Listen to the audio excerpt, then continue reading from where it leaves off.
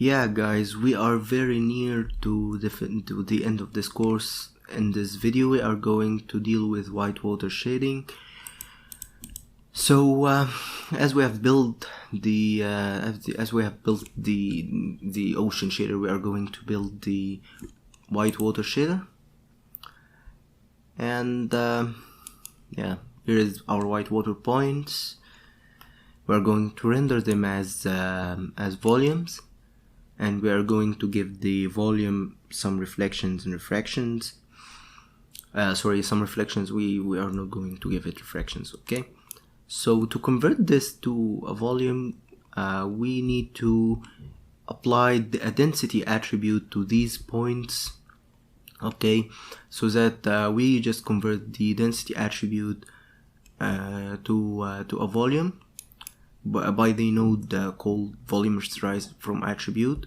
So to do this, I'm going just to apply an attribute create, call the attribute a density attribute. It's a float attribute, and we are going to give it for example a value of 2. And here is our density attribute create density. Then after this step, I'm going to add my node, which is volume rasterize attributes. Okay, then I'm going to apply my density at this rasterization, and now here we go. It's converted to oh my god, it's converted to a volume. Now let's change the voxel size to 0.0375. The particle scale, I change it to 1.25. This is the same as droplet scale, and this is just the resolution. Okay. Oh man, what is this? My viewport sucks. So I'm just going to make this one and do this again. Yeah, here we go. Here's the density attribute. I think I just have to blur this density, okay, because when I add the velocity blur at the end of rendering, I will not be able to add this on volumes because it needs points. So this is the I don't know why it's just applying this color. My viewport hangs here or something, so let me try a new viewport. Oh my god, there's something unusual here. Okay, I think the viewport just is just playing with me. Anyway, this is our density. Oh my god, now it's hidden from my viewport. So now I have made my density, and I've made this blur which will give us the natural looking of the motion blur, okay, based on the velocities that these points have. I think they have a velocity attribute here, okay. So now let's create the shader of the whitewater. Actually, I don't need this ocean old shader. No, I don't need this. Let me create our material builder. And here inside the material builder, I'm going to add a volume shader core, and just going to connect it to a PBR shader. PBR, what was it called? PBR SSS? No, it's called PBR non-metallic shader, I think. Okay, PBR metallic. This is metallic. No, not this. Yeah, it's called PBR reflection. I always forget this because it's here called PBR non-metallic. Okay, so this will add a simple reflection and refraction to our scene, and we can connect the volume shader here, then connect this to this, or okay, I don't compute lighting. I was about to forget this. Compute hill lighting, and then blah blah and blah. So I will just create the input parameters for this shader in order to be able to control it from the outside here.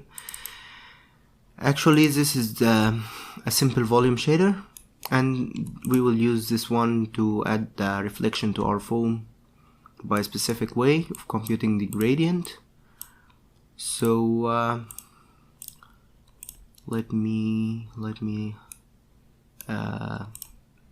display this and undisplay this.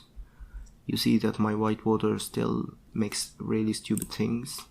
So here, take a snap, and I'm just going to render this and see if something happens here. So let me pause the video until it finishes rendering. Now nothing appears in the rendering. It seems that I've made a mistake. Let's call this white water. Oh, I'm sorry, I've forgot to apply the shader here. What a stupid thing. Yeah, nothing appears again. So here, so the scattering phase, I will just change this to 0.05, the density scale to 3, the shadow density multiplier to 0.03. Actually, let me connect this guy here in the OF, because this doesn't have OF, which is the opacity, and yeah, this is useful for volume rendering. And in the white water, I will change the rasterization from Gaussian to Blackman. Actually, I've discovered this very stupid thing here. I don't really know why the render visibility here is not doing anything. So I will put a star here, and this should create our render. Yeah, here we go. Here is it. Now, as you can see, it's very thick, so I will decrease this density scale to 1. Okay. In the output here, in the limits, I'll set the reflect limit to 0, refract limit to 0, diffuse limit to 1. Actually, here I don't have many reflections and refractions. This increases the bounces of the refraction rays, and increases the reflections and refractions. I'll decrease the diffuse limit to 1. Then in the material, I don't really know why this guy is so thick like this, although I didn't change any material. So let me try to delete all of those promoted materials. Yeah, now it's working fine.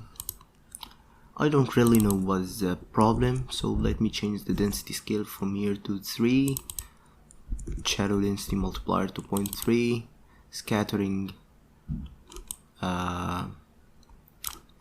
phase to 0.05. Actually, the density scale represents the scalar of the density, so yeah, it just increases the density and the volumetric looking of our density. Shadow density scale, this decreases or increases the shadow of our density. Okay, and scattering phase, this is not important at all. If you decrease it or increase it, this will not make any difference. Okay, let this render.